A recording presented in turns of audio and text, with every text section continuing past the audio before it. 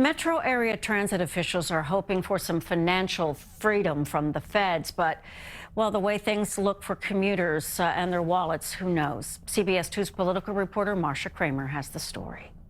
Even with a new president, the money train from Washington is not expected to save commuters from fare and toll hikes. It is not clear that there's a clear path to funding, speaking just for the MTA, in the amount of $12 billion, which is what we need. That grim assessment from MTA head Pat Foy on the eve of an MTA board meeting to consider the agency's dire fiscal situation.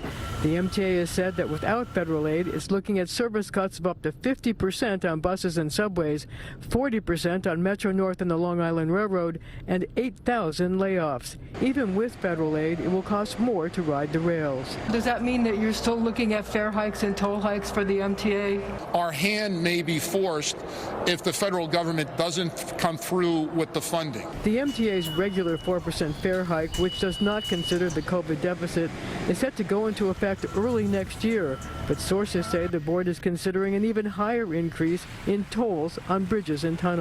Port Authority head Rick Cotton was also not optimistic about preventing toll hikes on the Holland and Lincoln tunnels and the George Washington Bridge. Our estimate over 2 years is that we will lose $3 billion worth of revenue. There is no way that the agency can make up that degree of revenue loss. But if you take New Jersey Transit, well, your train has come in. No hikes are expected. The people who are most impacted are the essential workers. So to be hitting them with a fare increase, to me would not be, that'd be the last thing we'd want to do. But even if the MTA gets barrels of money from the federal government, there's one thing that's not going to change anytime soon. The MTA says it's not going to resume 24-hour service until well after the pandemic is over. In Lower Manhattan, I'm Marcia Kramer, CBS 2 News.